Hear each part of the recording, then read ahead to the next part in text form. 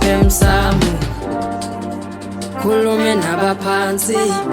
malume shisa impephe msamo uyabona kumnyama thandazo wami ngabe uyafika yini endlebeni zakho kade ngikhuleka themba uyofika thandazo wami ngabe uyafika yini endlebeni zakho kade ngikhuleka themba uyofika njalo ngivuka ekuseni ngihlale ngibona impumelelo yami isikhathi siyahamba ngihleli ngilindile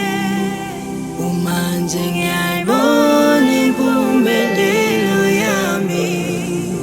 njalo